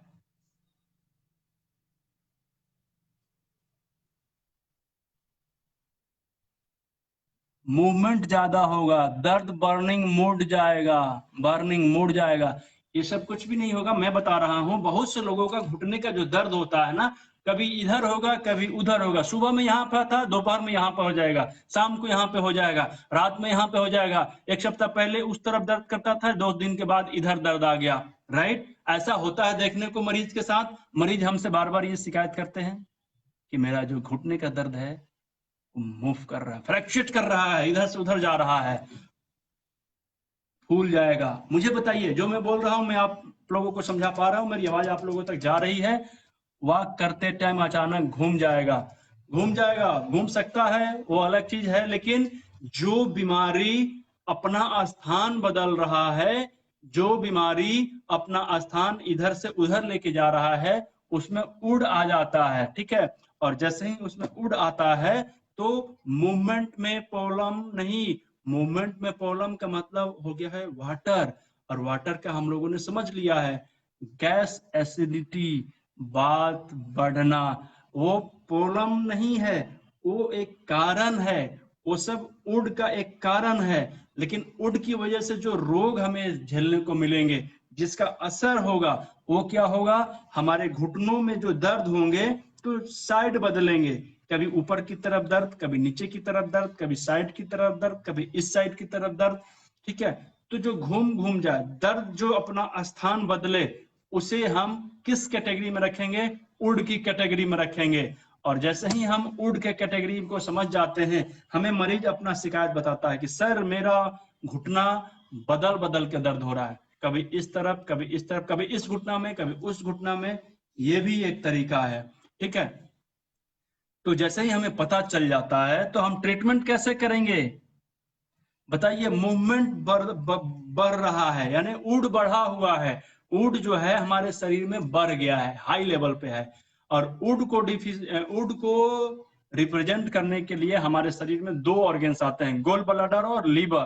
तो मैं ट्रीटमेंट कैसे करूंगा, लीवर और गोल ब्लैडर पॉइंट पे करूंगा। तो गोल ब्लैडर और लीवर का पॉइंट क्या होता है, मैं आप लोगों से फिर एक बार थोड़ा सा परेशान करूंगा आप लोगों को। सबसे पहले मैं उस पे कलर लगाऊंगा, उस पे चाहूं तो दाना लगा सकता हूं, या फिर मैं उस पे मैग्नेट लगा के सीडेशन टोनेशन करूंगा, ठीक है। मैं अभी सब पॉइंट पर ट्रीटमेंट करूंगा, पॉइंट बता दूंगा। कलर इसलिए नहीं लगाऊंगा कि सब लोगों का अगर वो डिफिशियंसी नहीं है और मैं डिफिशियंसी कर दूंगा तो उससे परेशानी होने लगता है तुरंत, ठीक है। तो मेरे नाकों में खुजली होने लगा था, मैं नहीं मिटाता तो और ज्यादा बढ़ जाता, ठीक है। अभी समझते हैं हम लोग, लीवर में उड बढ़ जाने का मतलब, लीवर का उड पॉइंट कौन सा होता है, लीवर का उड वाला पॉइंट, लीवर का होररी पॉइंट कौन सा है, मुझे बताइए। लीवर का और गोल ब्लैडर का दोनों का होररी पॉइंट क्या होगा, लीवर का और गोल ब्लैडर का होररी पॉइंट क्या होगा, लीवर का और गोल ब्लैडर का। लीवर का पहले मुझे बताइए, लीवर का होररी पॉइंट, एयर कम करेंगे, हाँ बिल्कुल एयर कम करेंगे। लीवर का पॉइंट बताइए मुझे, लीवर का उड पॉइंट, उड का उड पॉइंट को होररी पॉइंट कहते हैं। जो भी एलिमेंट है उसी एलिमेंट का एलिमेंट पॉइंट को होररी पॉइंट कहते हैं। तो उड का होररी पॉइंट क्या होगा मुझे बताइए, उड का होररी पॉइंट क्या होगा, उड का होररी पॉइंट Li1, और Li1 को घटाना होगा मुझे। तो घटाने के लिए हम लोग क्या करेंगे, देखिए वर्षा राजदेव मैडम जी ने एकदम करेक्ट आंसर भी बता दिया है और उसका कलर भी बता दिया है। Li1 लीवर का ब्राउन कलर, लीवर के पॉइंट पर ब्लैक ब्राउन कलर लगाऊंगा। ब्राउन कलर इसलिए क्योंकि वुड को मेटल एलिमेंट कंट्रोल कर रहा है, तो मेटल का वो कलर येलो ब्राउन होता है, तो Li1 पे ब्राउन कलर लगा दूंगा। बहुत लोगों का आंसर बहुत अच्छा आया है। और Gb41, अब 41 जो पॉइंट होता है वो गोल ब्लैडर का उड पॉइंट होता है, होररी पॉइंट होता है। इसको भी मैं क्या करूंगा, कौन सा कलर लगाऊंगा, होररी पॉइंट पे ब्राउन कलर, ब्राउन कलर लगा के उसको सिलेक्ट कर दूंगा, ठीक है। जब दोनों को सिलेक्ट कर दूंगा, इन को भी यांग को भी, तो काम चल जाएगा, ठीक है। कभी कभी हम लोग कंफ्यूज हो जाते हैं कि क्या करना है, बिल्कुल कंफ्यूज नहीं होना है। 2 कलर लगा सकते हैं, एक सिडेशन करने के लिए, एक टोनेशन करने के लिए। जब रोग बढ़ रहा है, जगह बदल रहा है, हमारे अंदर में वुड की मात्रा बढ़ा हुआ है, हम इसको कंप्लीट करेंगे। कंप्लीट करने के लिए क्या करना होगा, होररी पॉइंट पर सिडेट करेंगे। सिडेशन का पॉइंट ब्राउन होता है और होररी पॉइंट जो है हमारा 1, लीवर 1 और 41 Gb41 होता है। ये दोनों पॉइंट पर ब्राउन कलर लगाएंगे, हमें ट्रीटमेंट मिलेगा बहुत अच्छा तरीका से। अगर इसी को मैं मैग्नेट लगा कर सिडेशन करना चाहूं तो इस पे मैं कौन सा कलर लगाऊंगा, नीडल सॉरी मैग्नेट लगाऊंगा, एक तरफ पीला एक तरफ उजला करके लगाना होता है। अगर मुझे सीडेस्ट करना होता है तो पीला ऊपर होगा, स्किन में उजला कलर चिपकेगा मैग्नेट, और अगर मुझे उसको टोन करना होता तो पीला नीचे स्किन में चिपका देता। ये दो तरीके से बहुत से लोग जानते हैं, जो लोग नहीं जानते हैं आप चैट बॉक्स का इस्तेमाल करके बाद में भी आप हमसे सवाल कर सकते हैं कि मैं इस चीज को नहीं समझ पाया हूं, इस चीज में मेरी कंफ्यूजन है, या फिर अगर मैग्नेट लगाने में आपको दिक्कत हो रही है तो आप पॉइंट लिखकर अपने हाथों पर मैग्नेट लगा के मुझे फोटो खींच के भेज दीजिए, और अगर सही होगा तो यस लिख दिया जाएगा, गलत होगा तो मैं बता दूंगा कि मैग्नेट ऊपर वाले को नीचे कर लीजिए, वेरी सिंपल, ठीक है। तो इस तरह का भी हम लोग सहयोग करके आपकी मदद कर सकते हैं। और जैसे ही आप इसका ट्रीटमेंट करते हैं, आप वहां पे चाहें तो दाना भी लगा सकते हैं, कलर भी नहीं लगाना चाहते हैं या नहीं है या मैग्नेट भी नहीं है तो आप उस पर कोई भी दाना लगा दीजिए। कोई भी दाना में कैसा दाना लगाइएगा, मूंग का दाना लगा लीजिएगा तो अच्छा होगा। बाकी आप छोटा मटर अगर आता हो, छोटा छोटा राई की दाना लगा सकते हैं, मटर का दाना लगा सकते हैं इस तरह का। ये तो मेथी का पट्टी है, मेथी का पट्टी नहीं लगाना होता है। आप चाहें तो छोटा काली मिर्च भी लगा सकते हैं, देखिए ये ब्लैक काली मिर्च है, आप पॉइंट पे ऐसे लगा सकते हैं। मैग्नेट नहीं है तो अल्टरनेट में, ठीक है, लेकिन आज मैग्नेट लगाने के लिए ही मैं बता रहा हूं। अब आते हैं हम लोग एक स्टेप और ऊपर जाते हैं हम लोग फायर एलिमेंट पे। मैंने वाटर एलिमेंट के बारे में समझ लिया, मैंने वुड एलिमेंट के बारे में भी समझ लिया। अब मुझे बताइए कि अगर उसके बॉडी में, मरीज के बॉडी में अगर फायर एक्सेस हो तो उनके शरीर में, उनके घुटनों में किस तरह की साइन हमें देखने को मिलेगी, बताइए। सर एलाई 1 2 क्या लिखे हैं मैम? सरिता मैम आपने कुछ लिखा है, बिल्कुल है, स्पेस नहीं दिया है, एक ही साथ एक वर्ड लग रहा है, मैं समझ नहीं पा रहा हूँ। White magnet liver and gall bladder point पर लगाएंगे, बिल्कुल लगाएंगे, हाँ जी, व्हाइट नीचे लगाएंगे, सही है। जलन, बिल्कुल सही, जलन होगा। आरिफ खान जी एकदम सही बता रहे हैं, एकता सुरैना जी भी बहुत अच्छे से बता रही हैं।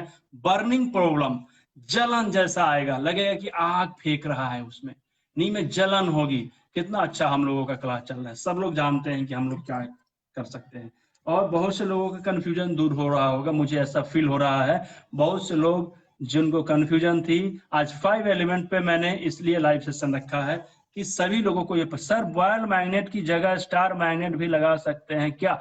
बिल्कुल लगा सकते हैं। अगर सिडेशन करना हो तो हम स्टार मैग्नेट लगा सकते हैं, क्योंकि सिडेशन जिधर से किया जाता है, सिडेशन वाला ही पॉइंट होता है स्टार मैग्नेट का स्टार, ठीक है।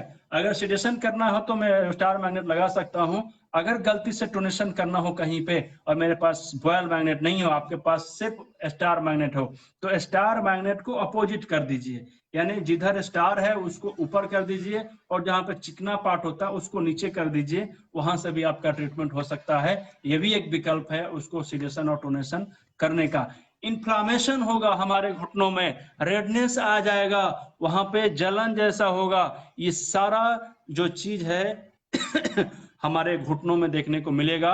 और इस तरीका से हमें ये पता चल जाएगा कि हमारे घुटनों में फायर एलिमेंट बढ़ा हुआ है। तो फायर एलिमेंट अगर बढ़ जाता है तो हम उसको घटाना होगा, हम उसे घटा सकते हैं। और घटाने का जो पॉइंट होगा वो किस तरह से होगा मुझे बताइए। चलने पर कुट कुट की आवाज आएगी, चलने पर कुट कुट की आवाज आएगी, चलने पर कुट कुट की आवाज आएगी। क्यों बताएंगे क्या ये सही है? अगर अगर घुटनों में फायर एलिमेंट बढ़ जाए तो क्या लगता है कि चलने में घुटनों कुट कुट की आवाज आएगी? यस या नो?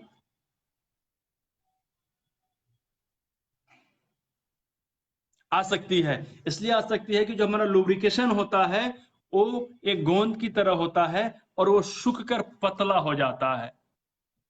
और किसी चीज को सूखने का मतलब है कि उसमें गर्मी पहले आया है, गर्मी की वजह से वो सूख गया है, ठीक है।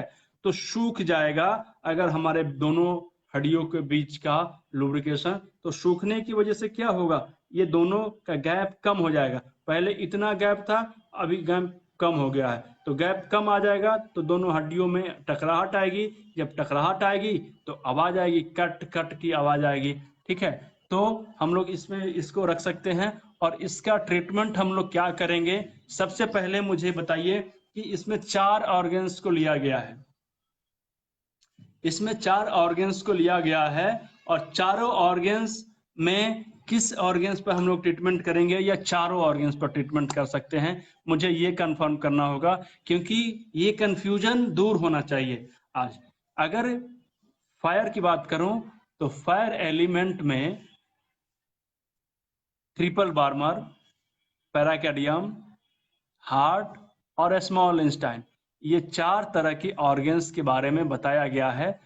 तो हम इस पे किस किस तरह से ट्रीटमेंट करेंगे बताइए।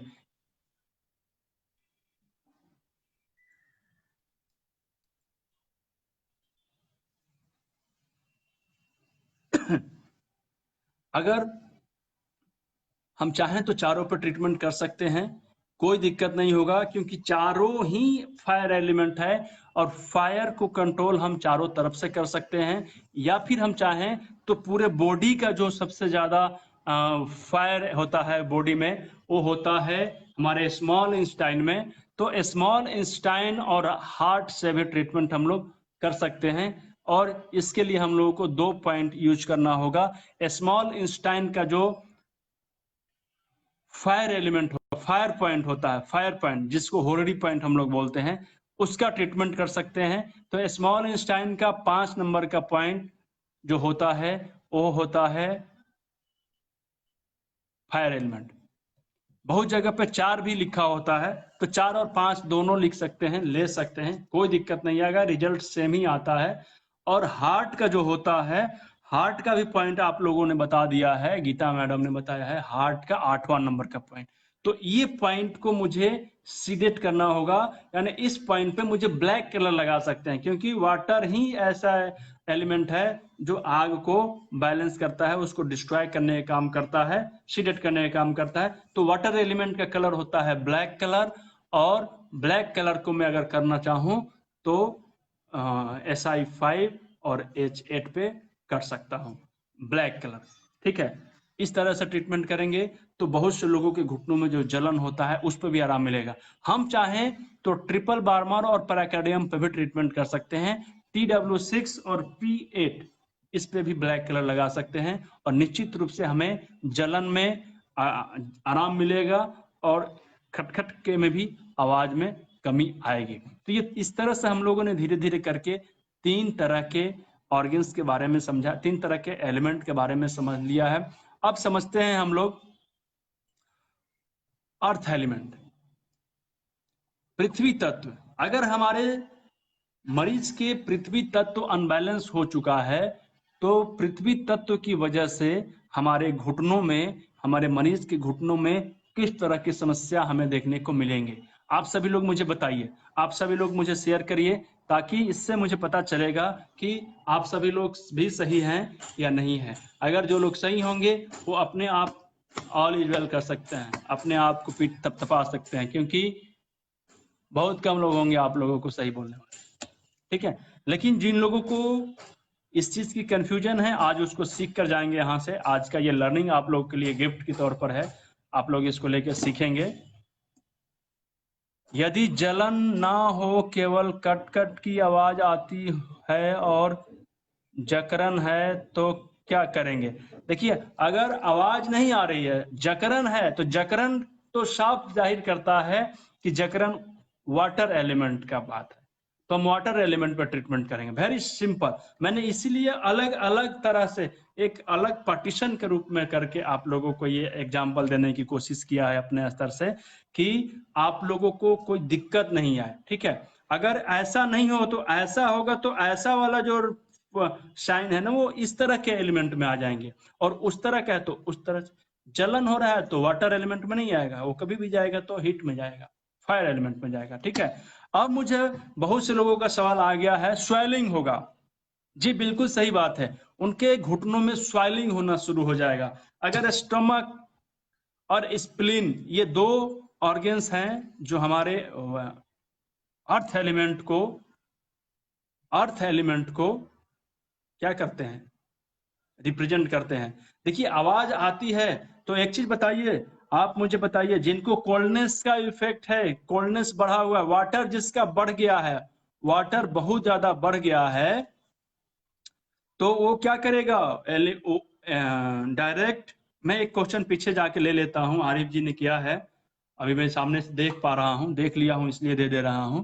अगर मेरे पास वाटर एलिमेंट बढ़ जाएगा तो सबसे पहले तो हम लोग वाटर एलिमेंट को कंट्रोल करेंगे। दूसरी चीज है कि वाटर की वजह से, मैं बार बार बताता हूं कि जिस वजह से हो रहा है वो तो जड़ है, उसका प्रभाव भी तो कहीं ना कहीं हमें पड़ेगा।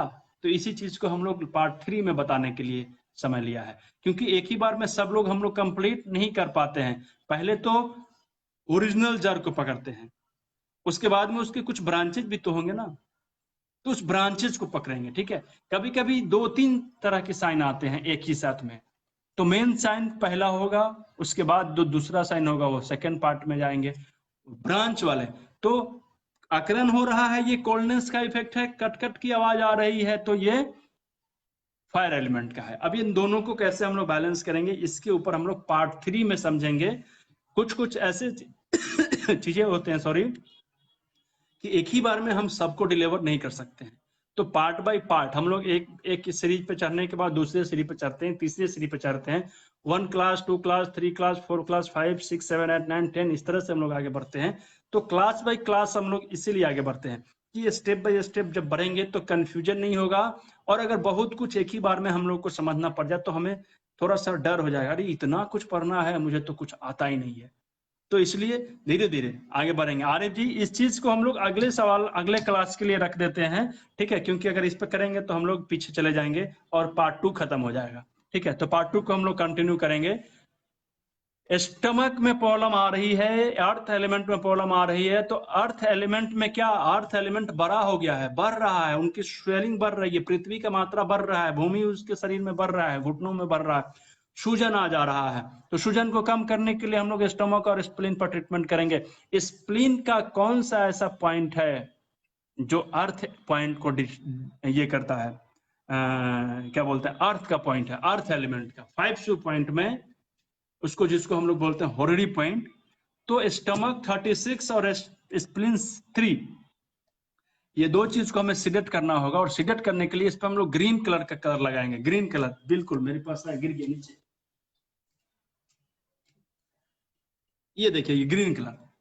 इस ग्रीन कलर से मैं 36 और SP3 को कलर करूंगा।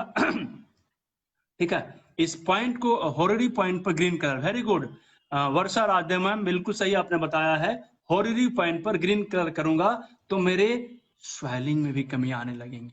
ठीक है, तो स्वेलिंग से संबंधित किसी भी तरह की बीमारी अगर मेरे घुटनों में आ रही है तो मैं इस तरह से ट्रीटमेंट करूंगा।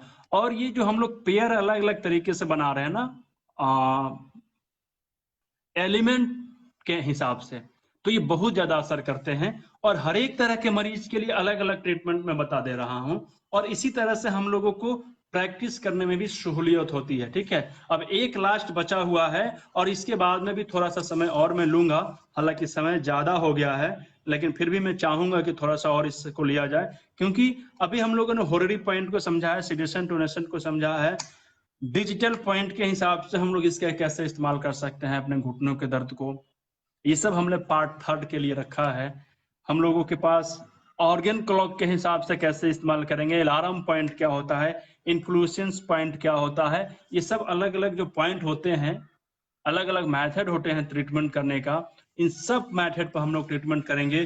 कैसे मोक्षा कैसे करेंगे हम उसका, कैसे उस पद्धति से डिटॉक्स करेंगे हम लोग, कैसे अपने पूरे ज्वाइंट की सफाई करेंगे, इन सब चीजों पे हम लोग बातचीत करेंगे। और मैं आप लोगों को एक गुड न्यूज देना चाहता हूँ, जो लोग हमारे क्लास में आना चाहते हैं उन लोगों के लिए एक बहुत ही अच्छा कोर्स हमने डिजाइन किया है, और वो है बहुत ही अच्छा जो है, इसके इस लाइव सेशन के डिस्क्रिप्शन में भी मैंने दिया है उसके बारे में, कि कैसे हम लोग अलग अलग तरीकों से जांच करने की पद्धति को पहले समझें, कि किस किस तरीके से हम लोग जांच कर सकते हैं। जैसे मैंने बताया सोने के तरीके से, किस तरह से मरीज आपका सोया हुआ है, 7 तरीके से बेसिकली आदमी सोता है, और उस 7 तरीके में कौन सा तरीका आपका मरीज इस्तेमाल कर रहा है सोने में, ये मुझे बताएगा कि मुझे में किस तरह की डिफिशियंसी है, मेरे अंदर में किस ऑर्गन से रिलेटेड कमी है, किस ऑर्गन्स के ट्रीटमेंट मुझे करने की जरूरत है, सिर्फ सोने के तरीके से। जब मैं जांच करना सीख जाऊंगा, डायग्नोसिस करना सीख जाऊंगा, तब जाके पॉइंट भी सीख जाऊंगा। पॉइंट लगाना बहुत मुश्किल नहीं है, पॉइंट का सिलेक्शन करना बहुत ईजी है। सबसे जो मुश्किल का काम है वो मुझे ये समझना कि इतने बड़ा समुद्र में मुझे ये समझना कि इनके किस ऑर्गन से समस्या आ रही है। उसके बाद में हमारे शरीर में जो चक्र होते हैं, चक्रा थेरेपी, मैं ये सिलेबस बता रहा हूं, आप लोग ध्यान से समझिएगा। पहले सोने के तरीके के बारे में हमें पढ़ना होगा, चक्र के बारे में समझना होगा कि किस चक्र की वजह से हमें क्या क्या समस्या आती है। सर, क्या अर्थ एलिमेंट के कारण घुटने में पानी फ्लूइड भी हाँ बिल्कुल बन सकता है, बिल्कुल की समस्या होती है, बिल्कुल होती है। स्वेलिंग में पानी होता है, ठीक है ना, और पानी होता है, और पानी को कंट्रोल करता है डायरेक्ट वाटर, सॉरी वाटर नहीं, अर्थ, ठीक है। तो इस चीज को हम लोग समझेंगे, ठीक है। मैंने बताया कि सोने के तरीके से हम लोग ट्रीटमेंट कर सकते हैं, जांच कर सकते हैं, चक्र के बारे में समझ सकते हैं, टेस्ट के बारे में, कौन सा टेस्ट का किस तरह से किस अलग अलग रोगों पर प्रभाव होता है, इसके बारे में भी हम लोग समझेंगे। इमोशन, हम खुश हैं, हम डरे हुए हैं, हम रो रहे हैं, हम गुस्से में हैं, इन सब से भी हमारा बहुत अच्छे तरीके से डायग्नोसिस होता है। हम सब चीज को छोड़ देंगे, मरीज से सिर्फ इतना जानने की कोशिश करेंगे कि आपका इमोशन कैसा है, हाउ आर यू फीलिंग, आप किस तरह से अभी महसूस कर रहे हैं। और जिसे ही वो अपनी फीलिंग को बताएंगे, अपनी इमोशन को बताएंगे, हम उनके वीक पॉइंट को पकड़ते हैं, उनके स्ट्रॉन्ग पॉइंट को पकड़ते हैं, और पकड़ने के बाद में हम डायरेक्ट उसको डिजाइन कर देते हैं उनके ऑर्गन के हिसाब से। और जैसे ही उनके ऑर्गन और एलिमेंट हम लोग डिसाइड कर लेते हैं, हमारे हाथ में आ गया कि उनका रोग का जड़ क्या है। हमें जड़ ही तो पकड़ना है, 5 एलिमेंट पे 5 तत्वों में एक तत्व उनका मेन जड़ होगा, वेरी सिंपल। और उस जड़ को पकड़ने के लिए हम इमोशन का भी इस्तेमाल कर सकते हैं, हम उसके मनपसंद भोजन का इस्तेमाल कर सकते हैं कि आपको अगर सब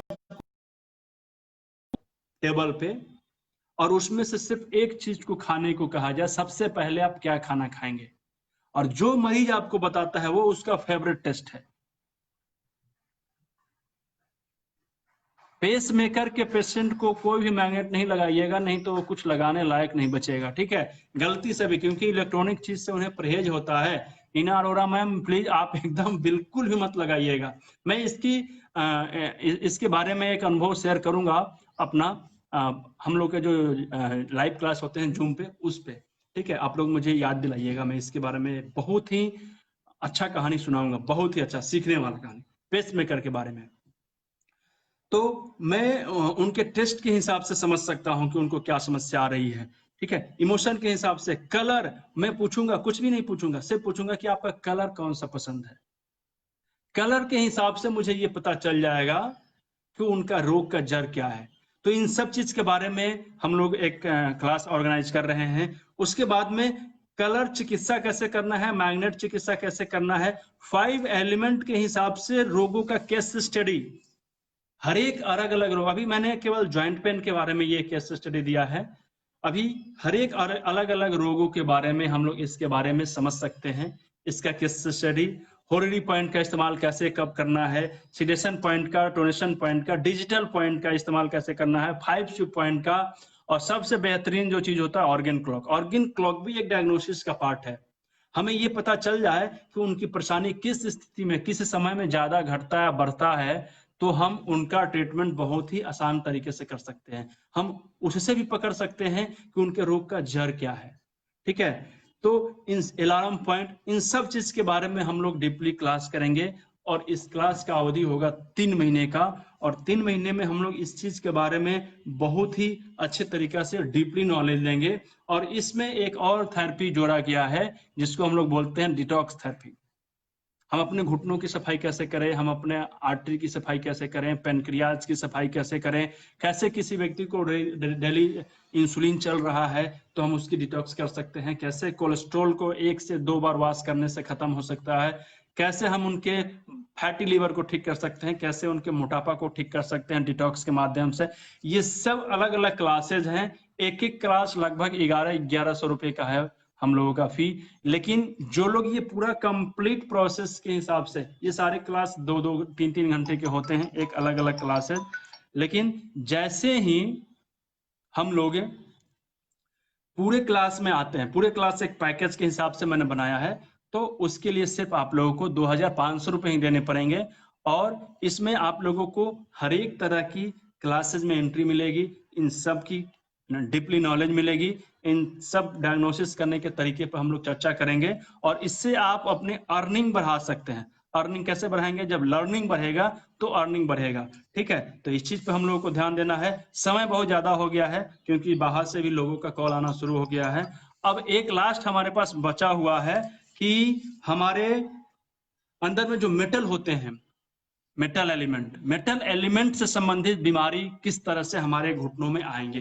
फटाफट एक लास्ट क्वेश्चन है और लास्ट आंसर है।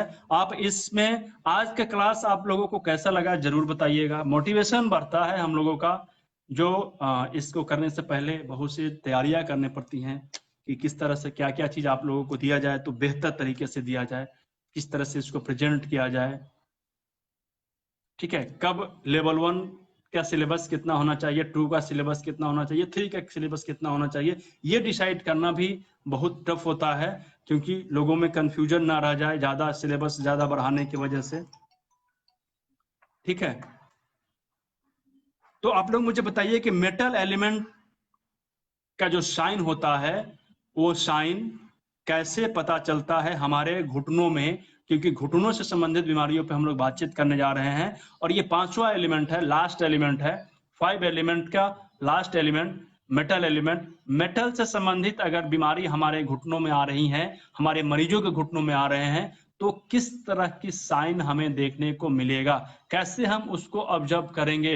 अगर आप लोगों को पता है तो मुझे शेयर करिए फटाफट। मैं थोड़ा सा समय आप लोगों का लूंगा। ड्राइनेस होगा, बिल्कुल सही बात है। सुरेश छवन छवन, आप लोगों का नाम जो है थोड़ा सा मेरे लिए डिफिकल्ट हो जाता है बोलना, तो प्रोनाउंसिएशन में अगर कुछ प्रॉब्लम हो तो उसके लिए मैं क्षमा चाहता हूं। ठीक है, तो सुरेश जी ने बताया ड्राइनेस। और किसी व्यक्ति को कुछ पता है इसके बारे में? गैप आ जाना। और कुछ लोग? आज का क्लास कैसा लगा आप लोग अपना रिव्यू जरूर दीजिएगा। ठीक है, ड्राइनेस हो जाएगा, बिल्कुल सही बात है। देखिए मेटल जहां भी बात आती है ना, तो हमारे घुटनों में खास करके मसल्स में प्रॉब्लम आना शुरू हो जाएगा और नसों में कमजोरी आना शुरू हो जाएगा। बहुत से लोगों को वीकनेस की समस्या आती है ना पैर में।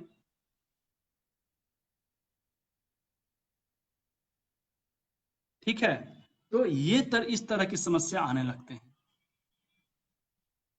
मसल्स में टेंडन से प्रॉब्लम आने लगते हैं।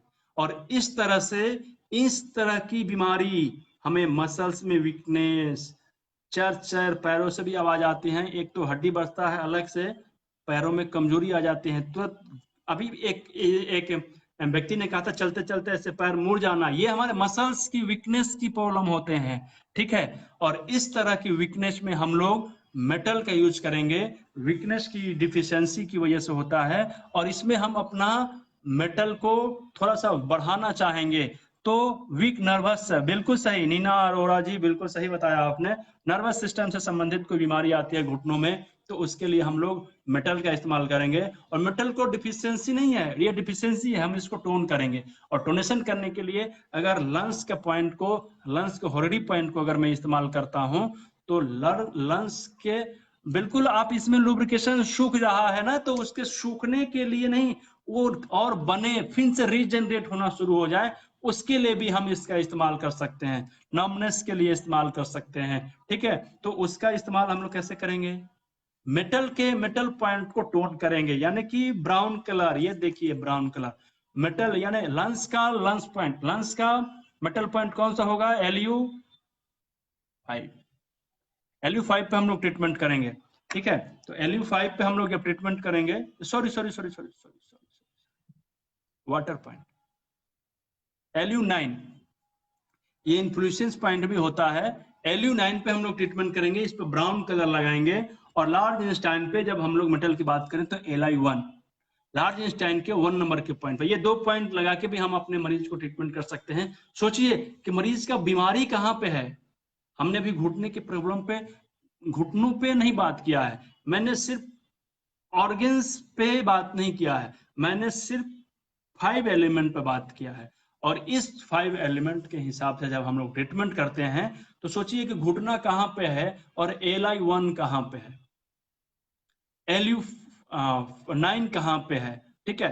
तो इस तरह से जब हम लोग ट्रीटमेंट करते हैं तो ये हमारा असर अलग होता है, मरीज को रिलैक्स अलग से मिलेगा। इसमें हम क्या करेंगे, ब्राउन कलर लगा देंगे या तो फिर पीला मैग्नेट नीचे करके सटा के लगा सकते हैं, ठीक है। इस पर ट्रीटमेंट जब हम लोग करेंगे तो हमारे मरीज को बहुत फायदा मिलेगा, ठीक है। लेकिन Lu5 Lu8 होगा ना, Lu8 पॉइंट होगा, सॉरी Lu8। बहुत लोगों ने Lu1 लिखा है, Lu8 लिखा है, सही लिखा है आप लोगों ने। चेक भी हो जाता है कि Lu9 होगा या Lu5 होगा या Lu8 होगा, तो ये तीनों में Lu8 सही होगा। Lu8 पॉइंट पर हम लोग ये ब्राउन कलर लगाएंगे और इससे हमारा ट्रीटमेंट हो जाएगा। आज हमने मैग्नेट लगाने के लिए, दाना लगाने के लिए और कलर लगाने के लिए सिखाया है। अगले पार्ट में फिर हम लोग सैटरडे को मिलेंगे और लगातार तीसरा जब हम लोगों का होगा तो ये थोड़ा सा और एक स्टेप आगे चलेगा और थोड़ी सी हम लोग इस पे और ज्यादा गहन स्टडी करेंगे। तब तक के लिए ये क्लास आप लोगों को कैसा लगा मुझे जरूर बताइएगा।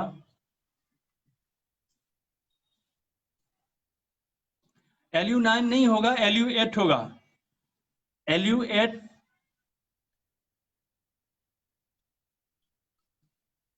ठीक है, तब तक आप लोग मुझे जरूर बताइएगा कि आज का क्लास आप लोगों को कैसा लगे। अच्छा लगे तो लाइक करिए, शेयर करिए ताकि दूसरे लोगों को इसका फायदा मिले, ठीक है। आप कहीं और हैं, हम कहीं और हैं, मैं अपने मरीज का इलाज करूंगा, आप अपने मरीज का इलाज करेंगे। कभी भी ये जलन नहीं रखना है कि मेरे वजह से दूसरे लोग क्यों सीख के आगे बढ़े। वो जब सीखेंगे तो एक्यूप्रेशर आगे बढ़ेगा, एक्यूप्रेशर के प्रति लोगों का विश्वास आगे बढ़ेगा। गलती से हो सकता है कि कभी मेरे द्वारा ठीक हुआ मरीज और उसके रिलेशन वाले लोग आपके पास रहते हो, तो वो जाएंगे जब बोलेंगे कि मैंने एक्यूप्रेशर से इलाज करके ठीक हुआ है, तो उनके रिश्तेदार जो आपके बगल में रहते हैं वो मेरे से इलाज कराने नहीं आएंगे, आपके पास जाएंगे, ताकि उन्हें मालूम है कि एक्यूप्रेशर ने उनके रिश्तेदारों के ऊपर काम किया है तो वो भी ठीक होंगे, ठीक है। तो ये बहुत ही जरूरी है कि इस तरह के लर्निंग फुल वीडियो पोस्ट कहीं से भी आए तो हम इसको शेयर करें। कहाँ पे करें? खास करके वैसे लोगों के पास जो थेरेपिस्ट हैं और जो खुद मरीज हैं, दो तरह के लोगों के पास जरूर शेयर करिए। और कुछ लोग इसके बहुत शौकीन होते हैं प्राकृतिक चिकित्सा के, तो उन लोगों के पास भी शेयर करिए। और अपने दूर दूर के नजदीकी लोगों को बताइए कि अगर आप हमारे क्लास को अटेंड कर रहे हैं, आपको अच्छा लग रहा है, आपको हमारे से लर्निंग लेकर आपके अंदर में कुछ इंप्रूवमेंट आ रही है, तो निश्चित तौर पे आपके फ्रेंड में भी आएगा, ठीक है। कभी कभी हम लोग क्या करते हैं, बहुत से लोगों को डेयरी मिल्क अच्छा नहीं लगता है, उनको गोलगप्पा अच्छा लगता है, ठीक है। तो क्या इसका मतलब कि मुझे भी डेयरी मिल्क अच्छा नहीं लगेगा? तो इस कहने का मतलब ये है कि कभी कभी हो सकता है कि ये लर्निंग आपके लिए किसी काम का नहीं हो, दूसरे लोगों के लिए काम का हो सकता है, उनके करियर को आगे बढ़ा सकता है, उनके थेरेपी में ये चार चांद लगा सकता है। लेकिन ये ऐसा कब होगा? जब इस तरह की इंफॉर्मेशन उन लोगों तक शेयर होगी, तब जाके ये लर्निंग फुल मटेरियल उनके लिए भी काम आएगा। और हमारे ग्रुप से अगर कोई ऐसा व्यक्ति जो आज के सारे पॉइंट पर एक फोटो बनाकर इसमें पोस्ट कर सके, तो मुझे जरूर बताइएगा कि कौन ऐसे व्यक्ति हैं जो सारे पॉइंट पर एक फोटो बनाकर, पिक्चर बनाकर, किताब कॉपी पर ही बनाकर रफ उस पर पेस्ट कर दें, ताकि कुछ लोगों को ज्यादा बेनिफिट मिले। हमारे साथ बने रहने के लिए, आज ज्यादा समय देने के लिए आप सभी लोगों का प्रेम पूर्वक धन्यवाद। जिन लोगों ने लाइक किया है, शेयर किया है, कमेंट किया है, उन लोगों को और ज्यादा तहे दिल से नमस्कार। बहुत बहुत धन्यवाद, बहुत बहुत धन्यवाद, बहुत बहुत धन्यवाद। मिलते हैं फिर ब्रेक के बाद। कल हम लोगों का एक क्लास है ऑर्गन क्लॉक पे, याद है मुझे, मैं आप लोगों को ऑर्गन क्लॉक पे के क्लास पे फिर से मिलता हूँ।